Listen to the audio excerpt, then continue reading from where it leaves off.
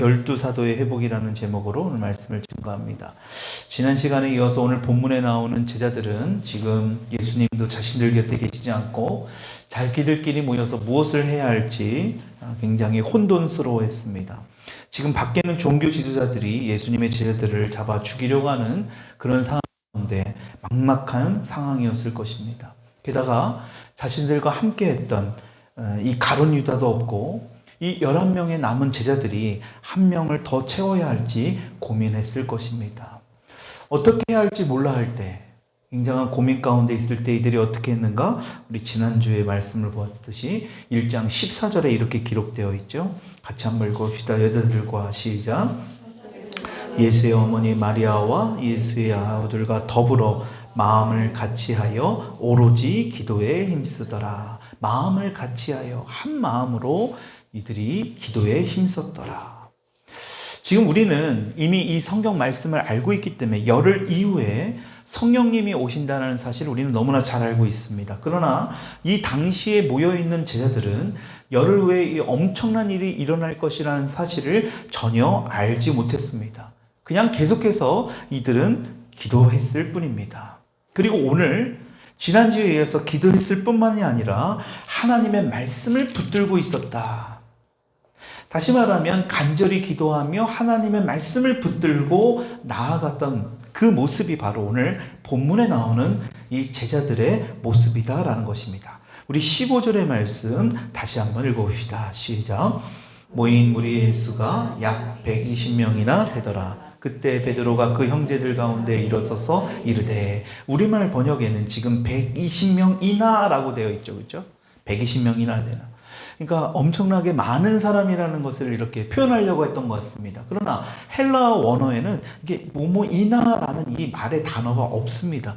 그냥 120명 정도 모였다라고 나와 있습니다.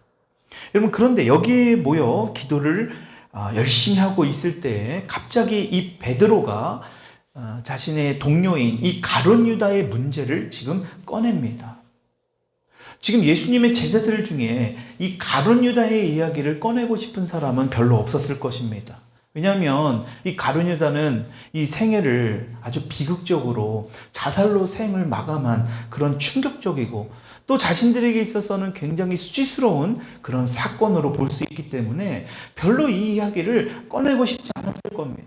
그리고 가룟 유다가 죽은 지도 지금 사실 그렇게 또 오래된 것도 아니기 때문에, 그런데 지금 베드로가 이 문제를 먼저 꺼내면서 이 부분을 확실히 뭔가를 좀 짚고 넘어가야 된다, 이것을 이야기하는데, 이 베드로가 자신의 생각을 이야기한 것이 아니라 이 이야기를 성경의 말씀을 토대로 이야기를 하고 있다는 것을 우리가 볼 수 있습니다.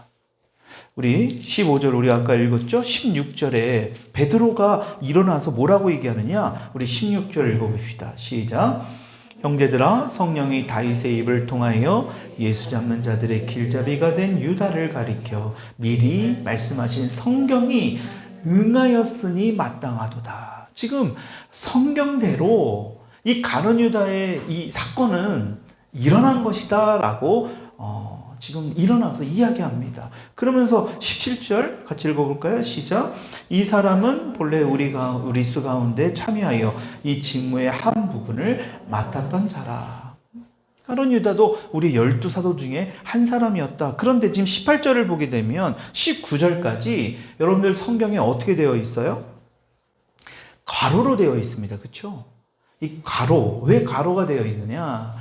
지금 16절까지 22절까지 16절부터 22절까지의 이것은 베드로가 한 말입니다. 근데 18절부터 19절은 베드로가 한 말이 아니라 사도행전을 기록한 이 누가가 설명을 집어넣은 겁니다. 왜냐하면 이 유대인들은 이 아겔다마, 여기 지금 보면 19절에 아겔다마라는 이 아람어를 다 알고 있습니다. 왜냐하면 자신들의 언어이기 때문에. 근데 지금 사도행전을 기록한 누가는 헬라인이나 로마 사람들이나 특히 이 데오빌로라는 그 사람을 위해서는 이 말의 의미를 잘 알지 못해요. 이들은 아람어를 모르거든요. 그래서 그것을 설명하기 위해 18절, 19절에 이 가로로 이 누가가 보충 설명을 더 한 것이다 라는 것입니다. 여러분, 이제 제자들은 예수님이 지금 부활하시고 자신들에게 다시 이렇게 찾아오신 일이 이 다윗 그리고 또 이사야를 통해 이미 오래전에 말씀하신 하나님의 뜻이 이루어졌다는 사실을 알게 됩니다. 그래서 베드로가 여기서 깊이 생각한 것이 뭐냐? 이 돈을 받아서 뇌물을 받아서 예수님을 배신하고 팔아넘긴 이 가룟 유다가 죽었는데 그 자리를 그냥 두어야 하느냐? 이건 뭔가 잘못된 게 아니냐? 여러분 이 12이라는 숫자, 성경에 나오는 숫자는 의미가 있거든요.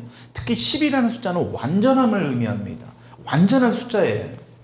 그러니까 지금 예수님께서 그냥 12제자를 그냥 20명의 제자도 아닌 12제자를 부르신 그 이유가 있는데, 다시 말해 그 제자들을 통해 12제자들을 통해 예수님께서 하나님의 나라를 이루시기 위한 그 계획을 갖고 계셨는데, 그 한 명인 12의 완전한 숫자를 상징하는 가룟 유다가 이제 빠져나갔으니까 이제는 그럴 수 없다라고 판단한 겁니다. 그래서 그것을 성경의 말씀의 근거를 통해서 찾아낸 거예요. 20절 말씀 읽어봅시다. 시작. 시편에 기록하였으되 거기 거하는 자가 없게 하소서 하였고, 또 일렀을 때 그의 직분을 타인이 취하게 하소서 하였도다. 지금 여기 앞부분에는 시편 69편 25절의 말씀을 인용한 거고, 뒷부분은 시편 109편 8절의 말씀을 인용한 겁니다. 그러니까 약 1000년 전에 지금 다윗을 통해 하신 말씀을 다시 언급하면서 하나님께서는 이것을 이미 말씀하셨다. 굉장하죠? 베드로가 그냥 무식한 줄만 알았는데 하나님의 말씀, 시편에 기록된 이 말씀을 정확히 기억하고 또 그 말씀을 정확하게 딱 집어서 지금 이야기하고 있다는 거예요. 그냥 넘어갈 수 있었는데 이 기록된 하나님의 말씀이 이렇게 있다라는 겁니다. 그러면서 지금 베드로가 그냥 이 가룟 유다의 빈자리를 두어서는 안 된다라고 강력하게 이야기하는 거예요. 여러분 지금 사도행전 2장이 되어서야 우리가 이제 다음 장을 보면 성령님이 임하시는 것을 우리가 알 수 있습니다. 엄청난 변화를 봤죠. 근데 그 전에 이미 말씀으로 깨달았다라는 것을 우리가 알 수 있어요. 자, 그 말은 베드로는 예수님이 부활하시고 40일 동안 제자들에게 가르치실 때 뭔가 잘 듣고 뭔가 그 말씀의 의미를 지금 베드로는 알아가고 있었다라는 것입니다. 뭔가 예수님의 말씀에 어떤 귀를 기울이고 있었던 베드로, 그러니까 뭔가 예수님의 어떤 수제자가 될 수 있었던 베드로가 아니었는가 생각이 들어요. 여러분 그래서 베드로가 지금 가룟 유다가 예수님을 배신했기 때문에 그 직분을 더 이상 차지할 수 없기 때문에 다른 사람이 그 직분을 차지하는 것이 이미 성경 말씀에 기록되어 있으니까 빨리 그 부분을 우리가 실행하도록 하자. 여러분 가룟 유다의 심판에 대해서 우리가 잘 알고 있죠. 마태복음과 사도행전의 기록의 말씀을 통해서 보면 가룟 유다는 자살했습니다. 그리고 자살한 그 끈이 끊어져서 창자가 터져서 흘러나오는 아주 비참한 모습으로 죽게 되는 것을 우리가 봅니다. 마태복음에 보면 그가 죽기 전에 자신이 예수님을 판 것을 회개하지 않고 후회했거든요. 이게 차이입니다. 베드로도 똑같이 예수님을 배신했지만 베드로는 회개를 했고 이 가룟 유다는 후회했습니다. 후회와 회개는 완전히 달라요. 그래서 지금 가룟 유다가 대제사장에게 다시 가서 돈을 돌려줬잖아요. 근데 그 대제사장들이 어떻게 했어요? 그 돈으로 밭을 샀습니다. 그러니까 그 밭도 가룟 유다가 산 거나 마찬가지다. 여러분 그래서 그것을 이야기하는 거예요. 그의 거처를 황폐하게 하시며, 그러니까 그가 산 땅이 된 것이라는 겁니다. 그러니까 피의 밭, 죽음으로 산 땅이라는 그것을 의미한다라는 거예요. 그러니까 지금 가룟 유다가 자기들의 이름에 빠져야 하고 새로운 사람을 이제는 받아들여야 한다. 이것을 지금 베드로가 강하게 지금 이야기하는 거예요. 그럼 예수님은 이 완전한 숫자를 의미하는 이 12이라는 사도를 통해 하나님 나라가 이 세상에 임하는 어떤 그 계획들을 잘 3년을 넘는 시간 동안에 계획하시고 실제로 행하셨습니다. 여러분 이것을 깨달은 베드로입니다. 그러니까 베드로가 하나님의 나라가 이 땅에 임하려면 가장 중요한 부분이 바로 이 복음인데, 이 복음을 전하는 이 사도, 이 가룟 유다의 빈 자리를 그냥 두어서는 안 된다. 우리가 반드시 이것을 회개하고 이 문제를 정결하게 하고 그 다음으로 넘어가야 한다라고 지금 이야기하는 거예요. 여러분 잘 보십시오. 이러한 문제를 해결하고 난 다음에 우리는 바로 사도행전 2장의 말씀을 우리가 본다라는 겁니다. 다시 말하면 이것은 굉장히 중요하다라는 겁니다. 가룟 유다가 저지른 이 죄악을 회개하고 정결하게 하고 깨끗하게 하는 작업이 굉장히 중요하다라는 거예요. 그 다음에 바로 이 오순절 다락방 성령님의 임재하시는 이 사건이 나온다라는 사실을 우리가 알 수 있다라는 겁니다. 그러니까 먼저 우리가 우리의 부족한 부분이 있을 수 있습니다. 우리가 하나님 앞에 나아갈 때, 우리가 예배로 우리가 이렇게 나아갈 때도 찬양하는 이유가 바로 그 부분이지. 우리가 기도하고 먼저 준비하는 이유가 바로 그겁니다. 하나님의 말씀을 통해서 우리가 새로워지고 하나님의 말씀을 통해서 우리가 한 주 한 주 살아갈 수 있는 어떤 그 양식을 우리가 먹는다면, 단순히 듣는 것이 아니라 먹는 이 시간을 가지려면 먼저 우리가 해야 될 부분이 있다는 겁니다. 베드로도 그것을 알았습니다. 그래서 이것을 회개하고 나아가기를 원했던 것이다. 여러분, 이 가룟 유다의 모습을 보면 마치 지금 오늘날의 우리 세상 사람들의 모습이 보여질 수 있습니다. 겉으로 보면 가룟 유다는 엄청난 성공과 부를 이룬 사람이에요. 왜냐하면 예수님을 팔아서 엄청난 부를 이루었거든요.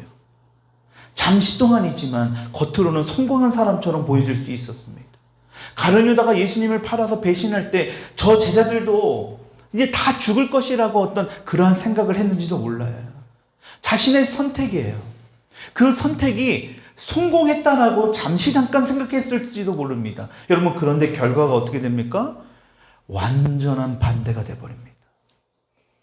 잠시 잠깐 돈을 벌고 세상적인 시각으로 볼 땐 성공한 사람으로 볼 수 있을지 모르지만 결과적으로는 가룟 유다는 죽었습니다. 그리고 나머지 11명의 제자들은 다 살아있습니다. 살았기만 했습니까?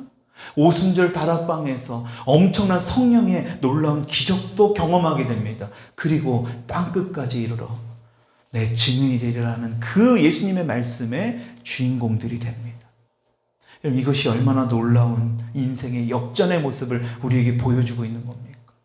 살려고 했던 사람은 이미 죽고 이제 죽었구나 하는 사람들은 이미 다시 살아서 쓰임을 받았다라는 것입니다. 여러분, 이것이 바로 하나님께서 행하시는 방법이다라는 겁니다. 우리 인간의 모습으로 볼 때 어찌 보면 가룟 유다의 모습이 성공한 사람처럼 뭔가 다 된 것처럼 보여지지만 그 세상적인 방법으로는 결코 성공할 수 없다라는 것. 하나님 보시기에는 결코 그것이 아니다라는 것입니다. 예수님은 제자들에게 마지막으로 분부하셨어요. 말씀하신 게 있습니다. 우리 1장 4절의 말씀을 보면 예루살렘을 떠나지 말고 기다려라. 약속한 것을 너희들이 기다려야 한다. 그래서 이들이 먼저 했던 것이 바로 모여서 기도했던 것이고 오늘 기도와 동시에 했던 것이 바로 하나님의 말씀을 붙들었던 거예요. 그러니까 베드로가 그 시편 말씀을 인용하면서 하나님의 말씀에 이미 기록되어 있기 때문에 가룟 유다의 그 빈자리를 채워야 할 사람을 뽑아야 한다라고 지금 이야기한 겁니다. 그러면서 21절에 이렇게 이야기합니다. 이러함으로 시작. 요한의 세례로부터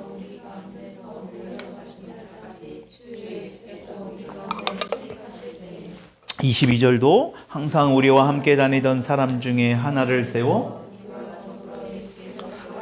증언할 사람이 되게 하여야 하리라. 여러분, 뽑는데 아무나 뽑는 것이 아니라 두 가지 자격을 이야기합니다. 첫 번째로 뭐냐? 21절을 보니까 요한의 세례로부터 우리 가운데서 올려져 가신 날까지, 예수님이 하늘로 올라가실 때까지 다른 사도들과 함께 있었던 사람이어야 된다는 거예요. 지금 처음부터 이때까지 함께하는 사람이어야 된다라는 겁니다.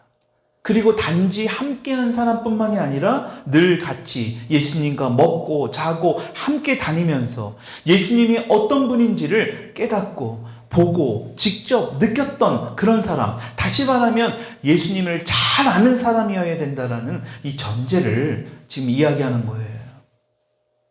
요한의 세례라는 게 뭡니까? 요한이 사역할 때를 이야기합니다. 요한이 물로 세례를 베푸는 사역을 할 때부터 지금 120명이 모인 지금까지 함께한 사람들 중에 처음부터 함께한 사람이 아니었기 때문에 안 되는 사람, 자격 요건이 안 되는 사람들도 있다라는 거예요. 그거는 자격 요건이 안 된다라는 겁니다. 여러분 실제로 그래서 나중에 보면 예수님의 육신의 동생 야고보라는, 이 야고보, 성경에 보면 야고보 있죠. 야고보서. 야고보의 저자인 야고보가 예루살렘 교회의 담임 목사가 됩니다. 그때야 뭐 담임 목사라는 말은 아니었겠지만 어쨌든 메인 사역자가 되는 겁니다. 여러분 그런데 그는 사도가 아닙니다. 왜냐? 처음부터 그들과 함께 다닌 그런 사람이 아니었기 때문에. 예수님의 동생이었지만 야고보는 예수님을 믿지 않았습니다. 아마 동생이었기 때문에 더더욱 예수님을 하나님의 아들이라는 것을 믿기 어려웠을 거예요. 여러분 그래서 이 야고보는요 부활하신 이후에 예수님을 믿었습니다. 그래서 처음부터 함께 해야 한다는 이 조건에 맞지 않았기 때문에 이 야고보는 사도로 들어올 수 없었어요. 여러분 잘 알고 있는 바울과 함께 했던 이 바나바, 여러분 이 바나바도 예수님과 처음부터 같이 한 사람이 되지 않았기 때문에 사도가 될 수 없었습니다. 여러분 그런데 더 중요한 것이 있습니다. 왜 지금 이 가룟 유다의 자리를 대신하려 한다라는가? 지금 가룟 유다의 자리를 대신 뽑는 이유는 뭡니까? 끝까지 지금 가룟 유다와 같이 끝까지 함께하지 못했기 때문에. 여러분 가룟 유다는 뭡니까? 중간까지는 잘 왔습니다. 그런데 문제는 거의 다 왔는데 결정적으로 끝에 떠났다라는 거예요. 여러분 그러니까 이 가룟 유다의 빈자리를 지금 대신할 사람을 찾는 겁니다. 여러분 잘 보십시오. 지금 120명이 있는데 이 중에 수천, 수만의 사람들이 그 이전에 예수님을 따라다니는 사람들이 있었습니다. 여러분 오병이어의 기적만 봐도 남자만 5,000명이었잖아요. 얼마나 많은 사람들이 따라다녔습니까? 여러분 그런데 지금 남은 사람은 120명입니다. 끝까지 함께 한 사람들이 120명밖에 되지 않았다. 여러분 이것이 너무나 우리에겐 중요해요. 그래서 우리의 신앙 안에서도 이 신실함이라는 것이 중요합니다. 여러분 신실함이라는 의미가 뭡니까? 한번 약속한 것은 끝까지 지키는 것. 약속을 하긴 했는데 사정이 생겨서 내 어떤 개인적인 능력 때문에 그것을 지키지 못하는 것은 신실하지 못하는 거예요. 그래서 우리가 신실하신 하나님, 여러분 하나님은 그러신 분이 아니죠. 그래서 하나님께서도 우리에게 그 신실한 사람을 찾고 계시다라는 거예요. 끝까지 함께 할 수 있는 사람. 처음에도 같이 했고 그 어려운 시기를 겪으면서 지금도 같이 하는 사람들 중에 남은 가룟 유다의 빈자리에 사도가 되어야 된다라고 지금 이야기하는 겁니다. 그리고 두 번째 조건이 22절에 나옵니다. 이렇게 예수님을 잘 알고 함께 했을 뿐만이 아니라 제일 중요한 것이 뭐냐? 부활의 증인이 되어야 된다. 부활의 증인. 이건 굉장히 중요한 자격 조건이에요. 예수님의 증인은 부활의 증인이 되어야 된다. 여러분 그래서 초대교회의 메시지는 예수님을 믿으면 천당 가고 예수님을 믿지 않으면 지옥 간다. 예수 천당 불신 지옥이 아닙니다. 초대교회는 예수님은 부활하셨다가 굉장히 중요한 메시지였습니다. 그래서 지금 부활의 증인이 되어야 한다는 것을 지금 이야기하는 거예요. 그래서 이 두 조건을 다 이 두 조건에 맞는 사람을 보니까 바로 23절에 이렇게 나오죠. 같이 읽어봅시다. 시작. 두 사람을 내세우니 하나는 바사바라고도 하고 별명은 유스도라고 하는 요셉이요. 하나는 지금 요셉과 마띠아라는 이 사람이 바로 지금 앞에서 이야기했던 이 두 가지의 사도의 조건에 충족되는 그런 사람들이었다라는 것입니다. 여러분 그래서 이렇게 추천한 두 사람을 어떻게 합니까? 24절 같이 읽어봅시다. 시작.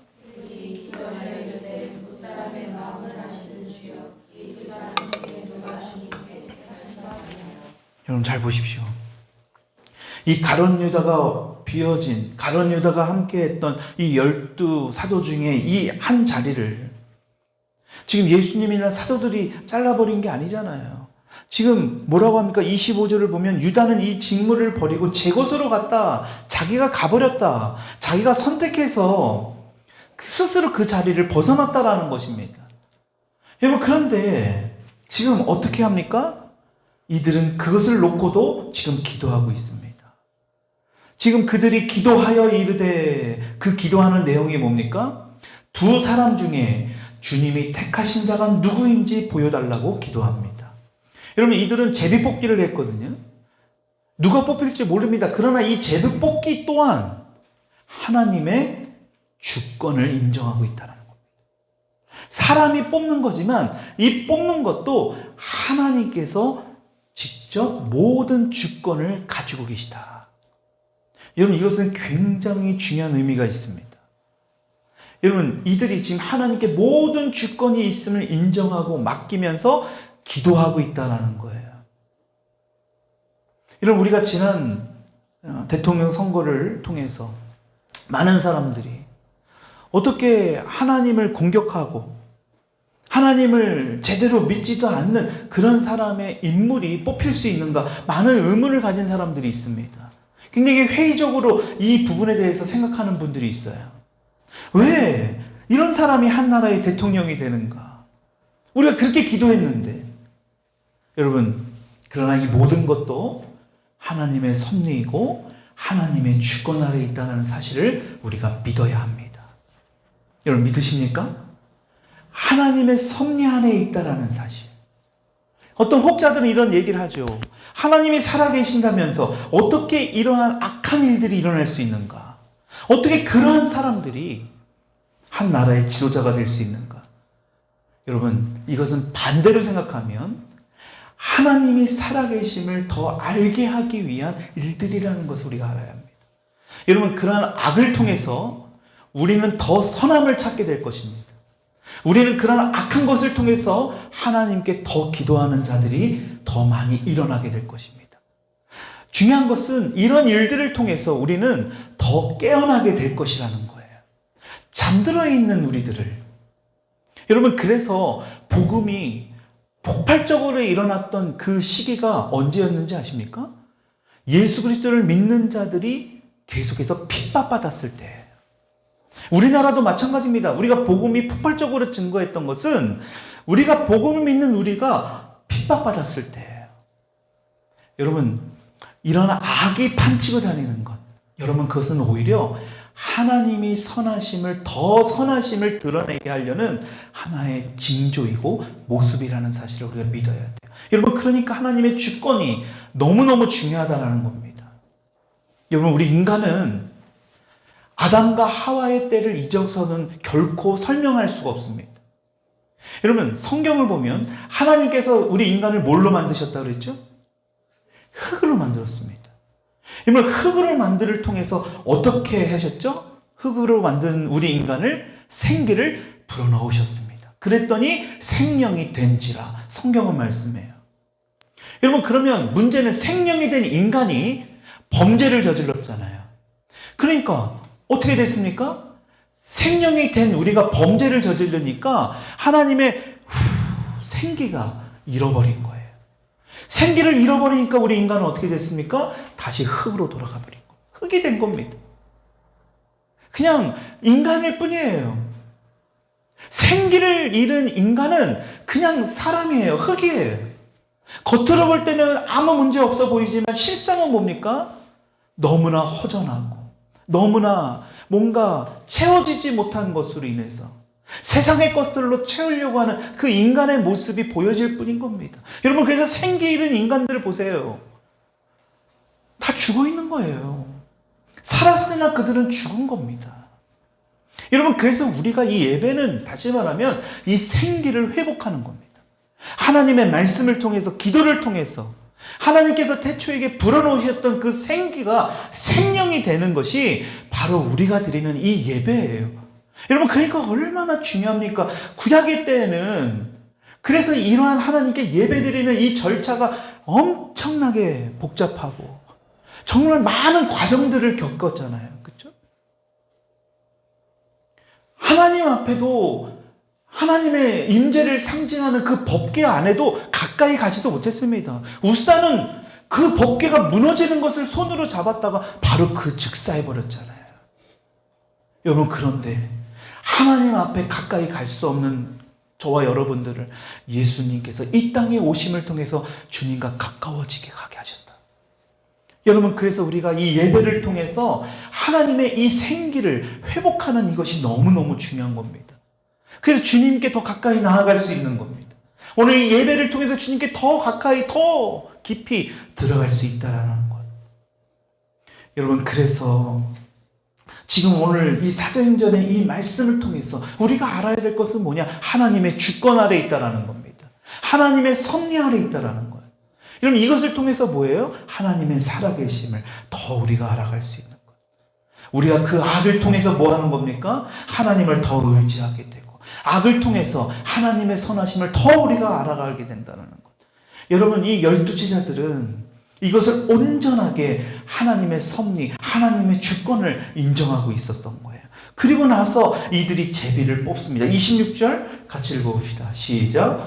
제비 뽑아 마띠아를 얻으니 그가 11사도의 수에 들어가니라. 아멘. 여러분, 잘 보십시오. 이후에 이러한 제비를 뽑고 나서 사실 마띠아도 있고 지금 요셉이라는 사람도 있었을 거 아닙니까? 요셉이라는 사람을 은근히 내 마음속에서는 추천하는 사람도 있고, 어떤 사람은 마띠아를 추천하는 사람도 있었을 거예요. 그 사람이 되기를 원했던 사람. 여러분, 그런데 그리고 나서 이들이 그 결과에 대해서 어떠한 걸로 인하여 다투고 싸웠다라는 말씀이 없어요. 그 결과에 대해서 제비를 뽑았지만, 인간이 뽑았지만 그 모든 것이 하나님의 주권이고 하나님의 섭리라는 사실을 이들은 인정하고 있었다라는 것입니다. 그러니까 어떠한 부작용도, 어떠한 소음도, 어떠한 불필요한 어떤 그런 일들이 일어나지 않고 그 마띠아가 그 12사도 안에 들어갔다라는 것을 성경은 말씀하고 있는 겁니다. 다시 말하면 이들은 하나님의 주권을, 그곳에 모인 모든 사람들은 한 마음을 다해 그것을 믿고 붙들고 있었다라는 겁니다. 그래서 우리가 속해 있는 이 장로교, 여러분 기독교 안에 장로교도 있고 감리교도 있고 순복음도 있고 침례교도 있습니다. 그런데 이 장로교만큼 하나님의 주권을 인정하는 교단이 별로 없죠. 물론 그들이 하나님의 주권을 인정하지 않는다는 건 아니지만 장로교에 비하면 그렇지 않다라는 것이 있습니다. 그것이 근거가 뭐냐? 침례교 같은 경우는 아이들이 태어나면 자기 입으로 신앙을 고백할 수 없기 때문에 침례를 주지 않습니다. 아기들은. 여러분, 그래서 그 어린 아이들의 예수님을 믿는 믿음을 고백하고 받는 것이지만 아기들은 그렇게 못하니까 대신 부모의 믿음으로 헌화식이라는 어떤 예식을 합니다. 이것도 귀한 예식이죠. 근데 우리 장로교는 어떻습니까? 물론 그 말도 틀린 말은 아니지만 그 아기가 장차 커서 자신의 입술로 예수님을 고백하는 것도 중요한 것이지만 우리 장로교에서는 하나님의 주권이, 하나님의 섭리가 이 가정에 임했다는 사실을 믿습니다. 그래서 이 가정을 통해서 이미 이 귀한 아기를 주셨으니까 그 어린 아기에게도 그러한 부모의 믿음을 통해서도 그 아기에게 세례를 베푼다. 그래서 세례를 베푼다고 해서 구원을 받는다는 것은 아닙니다. 본인의 입으로 고백을 해야 되지만 하나님이 책임져 주시고 이 아기를 이끌어 주실 것이라는 그 믿음으로 하나님의 주권을 인정하면서 그 유아 세례라는 것을 베풀어요. 여러분, 오늘 본문에 나타난 제자들도 바로 이것입니다. 하나님의 주권. 이해할 수 없고 알 수 없지만 지금 밖은 자기들을 잡으려고 지금 혈안이 되어 있는 아주 지금 위급한 그런 상황에 놓여 있지만 그럼에도 불구하고 이들은 모여서 한 마음으로 기도하는 동시에 하나님의 말씀을 다시 한번 꺼내놓고 그것을 기억하고 그것을 선포합니다. 베드로가 그 일을 하는 거예요. 그리고 나서 이 모든 것이 하나님의 섭리대로 이루어진다라는 그 사실을 지금 이들이 다 같이 인정하고 있다는 것. 여러분, 그리고 나서 성령님이 임재해요. 여러분, 오늘 우리가 본 이 말씀까지는 성령님이 임하기 전에 제자들의 모습을 우리는 보는 겁니다. 여러분, 이것이 너무나 중요하다는 겁니다. 마치 예수님이 없기 때문에 목자 없는 양과 같이, 부모 없는 그런 자녀들과 같이 그러한 모습으로 살아가는 것이 아니라 이들은 다시 한번 하나님의 말씀을 기억했습니다. 이 12사도라는 이것이 아무 의미가 없는 것이 아니라 예수님께서는 계속해서 그 12사도를 훈련시켜 간 이유가 있을 것이다. 완전한 숫자인 10이라는 숫자를 우리는 제비뽑기를 통해서라도 채워 넣어야 된다. 여러분, 그러면서 이들이 한 것이 바로 기도하면서 하나님의 말씀만 붙들며 예수님의 그 마지막 당부하신 예루살렘을 떠나지 말고 너희들이 약속한 그것을 기다리라는 그 말씀에 순종하였다라는 것입니다. 그 말씀대로 이들이 행했어요. 요한의 세례부터 예수님이 승천하실 때까지 다른 사도들과 함께 있었던 사람, 또 하나 예수님을 잘 알고 있을 뿐만 아니라 예수님의 부활의 증인으로서 살아갈 수 있는 그 사람, 이 사람의 작용 요건을 잘 뽑아서 하나님 앞에 귀하게 쓰임받는 이들의 모습을 우리가 알 수 있다는 겁니다. 여러분, 오늘 이 말씀을 생각하면서 우리가 다시 한번 생각해야 될 건 뭐냐? 하나님의 주권입니다. 하나님의 말씀을 우리가 다시 한번 기억하면서 우리가 기도하면서 우리의 뜻대로 되지는 않지만 그것 또한 하나님의 주권 아래에 있다라는 것. 지금 당장의 모습을 보면 가룟 유다가 성공한 것처럼 보이지만 결코 성공하지 않았다라는 것을 우리 주님은 말씀하고 있다라는 것. 여러분, 그것에 우리가 현혹되고 넘어갈 필요가 없다. 우리가 상심할 이유도 없다라는 겁니다.